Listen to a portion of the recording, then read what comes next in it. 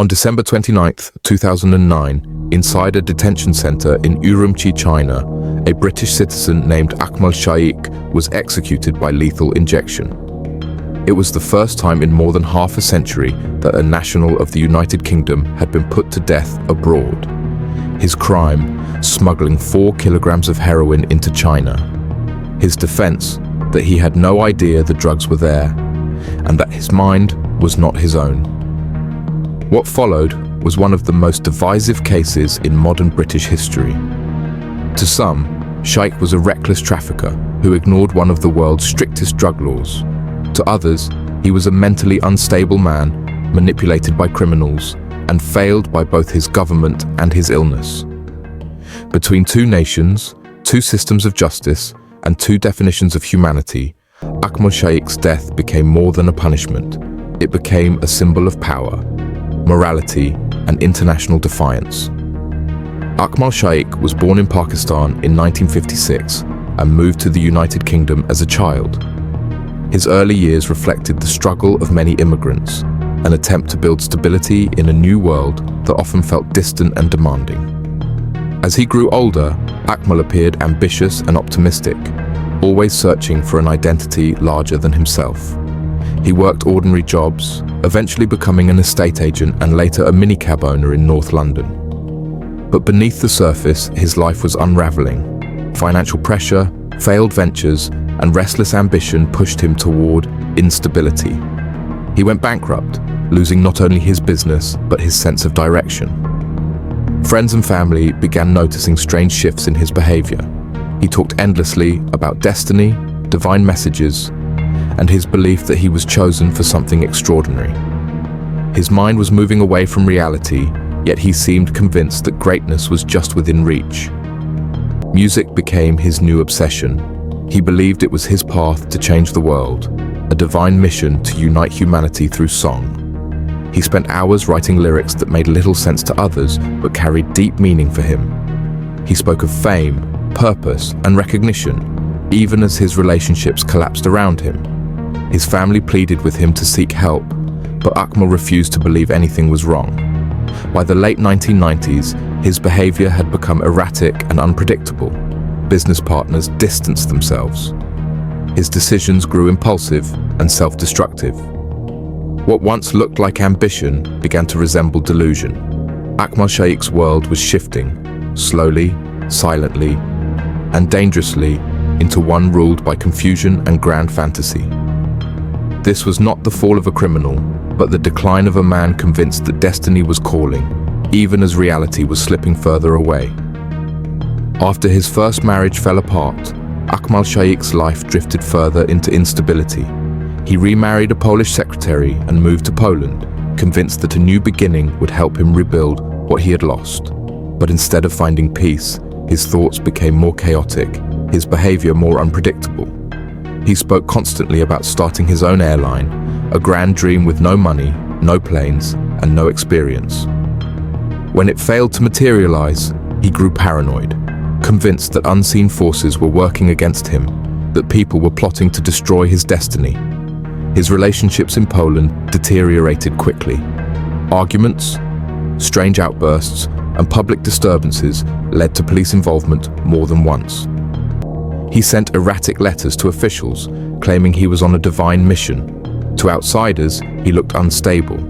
To himself, he believed he was chosen for greatness. Amid this confusion, Akmal turned back to music, certain that fame was his true path. He wrote and recorded a song he titled "Come Little Rabbit." He believed it would bring peace to the world, even though it made little sense to anyone who heard it. His conviction was absolute. He saw the song as a message from God. In this fragile state, Akmal met Gareth Saunders, a British man who tried to help him, but saw the signs of mental decline. They lived together in poverty, moving from place to place, relying on charity and odd jobs. Akmal's obsession with his calling grew stronger, and so did his isolation from reality. By now, he was no longer the man who once ran a business. He was a lost figure, wandering between delusion and desperation, an easy target for anyone willing to exploit his fragile belief that fame and destiny still waited for him somewhere in the world. By 2007, Akmal Shaikh's world was consumed by confusion and fantasy. He believed he was destined to become a global music star, a man chosen to spread peace through his songs. In this vulnerable state, he met a man known only as Carlos. Charismatic and persuasive, Carlos told Akmal exactly what he wanted to hear, that his music had potential and that contacts in China could help him achieve international fame. For a man desperate for purpose, it sounded like divine confirmation. Carlos introduced Akmal to another figure, a man called Okole. Together, they painted a dream that played perfectly into Akmal's delusions. They promised studio time, producers, and opportunities waiting in China. All Akmal had to do was travel there, and they would handle the details. He trusted them completely, never questioning their motives. Soon, Akmal began his strange journey across Central Asia. He traveled first to Kyrgyzstan, then Tajikistan, always under the guidance of his so-called friends. During this time, his mental instability was clear to those around him. He spoke erratically, jumped from topic to topic, and seemed to exist in a world built entirely from his imagination. But Carlos and Okole didn't seem to mind. To them, Akmal's confusion made him easy to control. Before his final flight to China, Okole handed him a suitcase, claiming it contained clothes and personal belongings needed for his new life. Akmal accepted it without hesitation. He was convinced the journey ahead would mark the beginning of his destiny, but inside that suitcase was 4 kilograms of heroin. When Akmal boarded the plane to Urumqi, he believed he was on his way to record a song that would change the world. In reality, he was carrying the weight of his own destruction, tricked, manipulated, and completely unaware that the next time he saw the sky, it would be through the bars of a Chinese prison. On the morning of September 12, 2007, Akmal Shaikh arrived at Urumqi Diwopu International Airport in China's far western Xinjiang region. He was alone, dressed plainly, and carried a suitcase that he believed contained the essentials for a long-awaited business trip. To him, it was the next step in what he thought would be his breakthrough in music, a dream that had consumed him for years. But as he walked through the arrivals hall, Chinese customs officers were already watching. When the suitcase was placed through the airport scanner, the outline inside was unmistakable. A secondary inspection was ordered. Officers unzipped the bag and found a sealed package hidden beneath a false lining. The white powder tested positive for heroin, 4 kilograms in total. To the Chinese authorities, there was no ambiguity. It was a major trafficking offense, punishable by death. Akmal stood frozen as the officers surrounded him. Witnesses later recalled that he appeared dazed, speaking incoherently, as if he could not process what was happening. Instead of anger or panic, his response was confusion. He kept repeating that he had been invited to China for a music show, that he was here to meet people who would help him record a song about world peace. The customs officers, however, saw only another foreigner caught smuggling drugs into a region known for its strict border control. When questioned about the suitcase, Akmal insisted it wasn't his. He said it had been given to him by a man named Okole, a supposed business partner he had met in Central Asia. He claimed he was simply told to carry it to China for a musical event. The officers noted his story, but found no supporting evidence. There was no contact information, no written invitation, no proof of a legitimate meeting awaiting him in China. As he was escorted to a holding room, Akmal's mental state began to unravel further. He spoke of grand plans, of divine messages, of an international concert that would bring peace to the world. The more he talked, the less sense it made. The investigators quickly realized that they were dealing with a man detached from reality, but under Chinese law, intent was not the deciding factor. The presence of drugs was. In the interrogation room, Akmal reportedly cooperated with every instruction. He signed statements without fully understanding them. He nodded to questions even when they were mistranslated. His disjointed speech and inconsistent answers left the police skeptical but unmoved. Whether he knew or didn't know, the drugs were in his possession. In China, that was enough. Meanwhile, the mysterious Okole was nowhere to be found. No record of his existence appeared in any database. The flight manifests and hotel records turned up nothing. Whoever had lured Akmal into this scheme had disappeared completely, leaving him to face the consequences alone. That night, as he sat in his cell, Akmal asked repeatedly when he would be meeting his music sponsors. He seemed unaware that he was now facing one of the harshest legal systems in the world. His behavior puzzled the guards. Some described him as polite and oddly cheerful. Others noted that he seemed to drift in and out of reality, sometimes speaking about business ventures, sometimes about angels guiding his path. Over the next few days, his situation became clear. The Chinese authorities confirmed the purity and quantity of the heroin, high grade, clearly part of an international trafficking network. They charged him formally under Article 347 of China's criminal law, which mandates the death penalty for smuggling large quantities of narcotics. Akmal signed his confession documents without objection. He did not seem to understand that a confession in China carried immense legal weight. To him, it was another formality before he could meet the music people he still believed existed. By the end of September, British diplomats were notified that a UK citizen had been arrested for drug smuggling in Xinjiang. When the details reached London, officials began their inquiry, but even they struggled to make sense of his story. There was no record of the people he claimed had invited him, no evidence of a legitimate business reason for his travel. For Akmal, however, none of that mattered. In his mind, he was still on a mission. He believed that this was all part of a misunderstanding that would soon be cleared up. But for the Chinese prosecutors, the evidence was unambiguous. 4 kilograms of heroin, hidden in a suitcase, carried by a man who had crossed multiple borders. The investigation was complete. By the time the formal indictment was filed, his fate was effectively sealed. The question of his mental stability, his erratic speech, his irrational confidence was noted but not prioritized. The law, as interpreted by the state, had no room for uncertainty. Akmal Shaikh's arrest in Urumqi marked the point of no return. What began as a delusional quest for fame now stood as an international criminal case with irreversible consequences. From this moment onward, the line between victim and offender would blur, yet for the Chinese courts, the matter was already settled. In November 2007, Akmal Shaikh's trial began in Urumqi, China. The charge was simple but devastating, attempting to smuggle 4 kilograms of heroin into the country. For Chinese authorities, the evidence appeared beyond dispute. The drugs had been found in his suitcase, and under China's strict narcotics laws, that alone was enough for a conviction. Within weeks, the court handed down its verdict: guilty. The punishment was death. But beneath the clear legal framework lay a far murkier reality. Shaikh's behavior throughout the proceedings was erratic, his statements often incoherent. Observers noted his confusion, his tendency to ramble about music and global peace, and his repeated insistence that he had been set up. Yet, despite these warning signs, no formal mental health evaluation was ever conducted. The court treated him as fully competent, an assumption that would define his fate. By May 2009, a second trial was held after diplomatic interventions and appeals from international human rights groups. It was a final attempt to prove that Shaikh was not in control of his mind during the crime, but this effort collapsed almost immediately.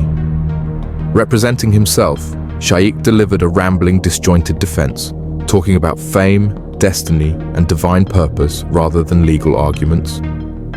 The courtroom grew silent, not from persuasion, but from disbelief. Requests for a psychiatric assessment were made, but the Chinese court refused. Later, when global pressure intensified, the government claimed there had been no sufficient evidence of mental illness before the arrest. No medical record, no documented diagnosis. In their eyes, the law had been correctly applied. This stance revealed a deeper clash of principles. From a Western perspective, justice demanded compassion and medical understanding. From China's viewpoint, sovereignty and law enforcement came first. To them, acknowledging mental instability without proof would weaken the authority of their courts. In this bureaucratic certainty, Akmal Shaikh became trapped between two worlds, one demanding mercy, the other enforcing order. His case ceased to be about guilt or innocence. It became a legal and moral standoff between nations. While his family pleaded for recognition of his illness, China held its position. A crime had been committed, the evidence was clear, and the law must prevail. After the guilty verdict, the case of Akmal Shaikh moved beyond the courtroom and into the international arena. Over the next 2 years, the British government made 27 diplomatic appeals for clemency. From the Prime Minister's office to the Foreign Secretary, officials urged China to reconsider, citing Shaikh's mental instability and the humanitarian principles recognized under international law. Each plea was met with polite acknowledgement and firm rejection. Human rights organizations joined the effort. Reprieve, the UK-based charity, campaigned relentlessly to save him, describing Shaikh as a delusional man exploited by drug traffickers. The United Nations also expressed concern, reminding China of its obligations under international conventions protecting individuals with mental disorders. Yet, none of these interventions moved Beijing's position. For Chinese authorities, the issue was not humanitarian, it was legal sovereignty. Their stance was clear. The crime occurred on Chinese soil, and Chinese law would decide the outcome. On December 21, 2009, the Supreme People's Court of China delivered its final decision. The appeal was rejected. The ruling confirmed that the evidence was overwhelming and that there was no credible proof of mental illness before Shaikh's arrest. The British government made one last urgent request for clemency, but Beijing did not respond.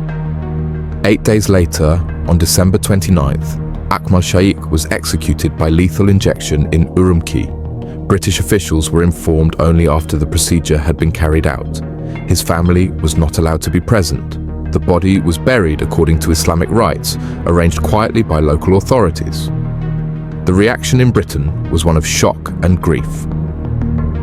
Political leaders condemned the execution as a failure of compassion and a disregard for human rights. China, however, defended its decision as a matter of principle. No one, regardless of nationality, was above its law. In that moment, Akmal Shaikh's story became larger than a single man's tragedy. It became a symbol of the collision between two worlds, one driven by justice and mercy, the other by sovereignty and order. Between them, a confused and fragile man was lost, his final hours spent not in defiance or understanding, but in silence.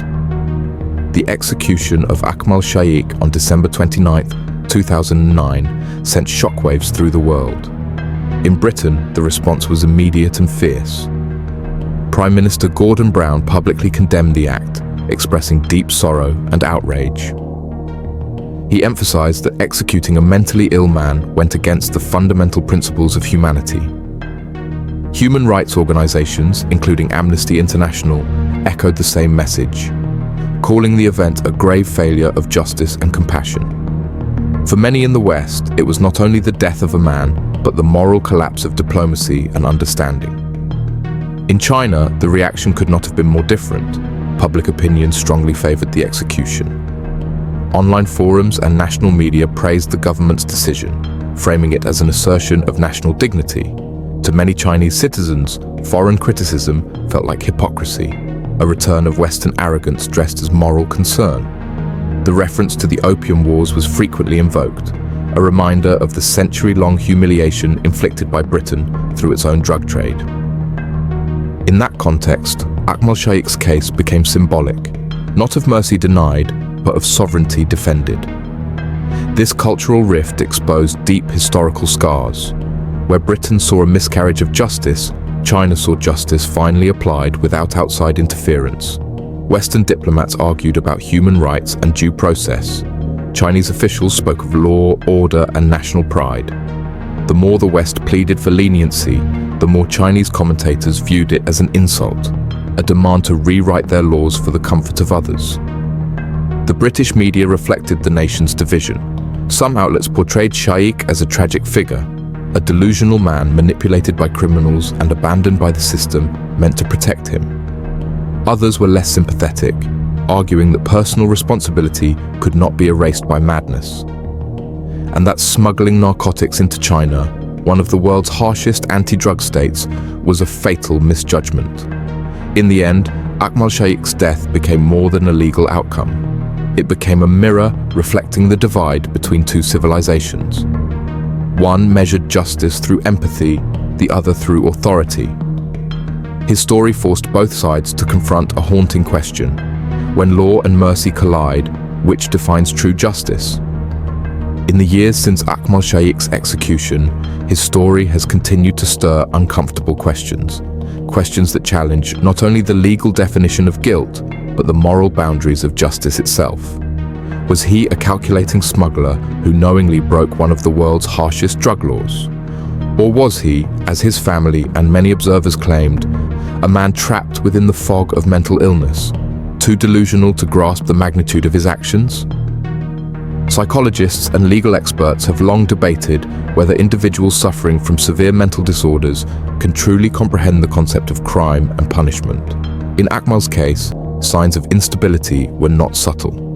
His erratic behavior, grandiose beliefs, and repeated disconnection from reality painted a picture of someone whose mind was fractured long before his arrest. Yet, in China's legal framework, none of this carried weight without formal medical proof established before the offense, a technicality that left no space for compassion.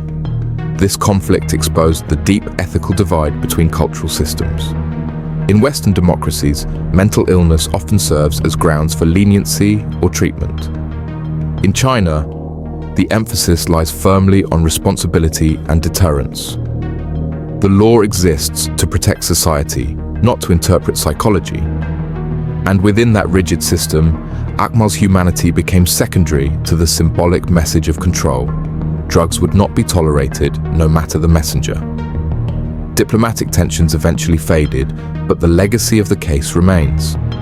It marked a defining moment in China-UK relations, testing the limits of moral diplomacy.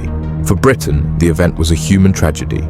For China, it was a reaffirmation of sovereignty, a refusal to let foreign powers dictate its moral compass. In the end, Akmal Shaikh's story endures because it resists simple resolution. It forces us to confront an uneasy truth. Justice is not a universal language. Every nation, every culture interprets it through its own history, its own pain, and its own pride. Whether Akmal was a victim or a criminal depends entirely on where one stands. But one fact remains certain.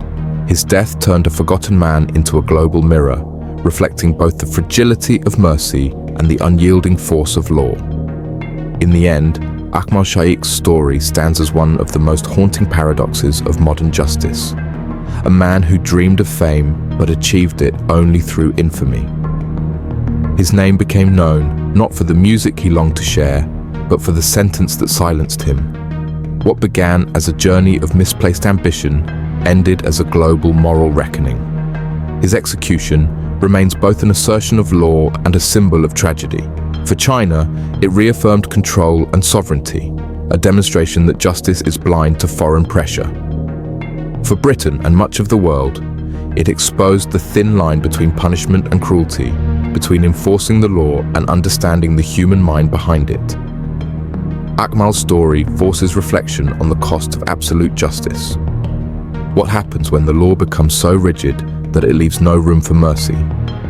His life may have been defined by confusion and delusion, but his death revealed something far larger, a world divided by its understanding of justice itself. In the clash between compassion and sovereignty, one man became the casualty of both. His legacy is not one of guilt or innocence, but of warning, that when nations defend their laws without listening to the frailty of human nature, justice risks losing its soul. And in that silence, where judgment triumphs over empathy, the true tragedy of Akmal Shaikh endures.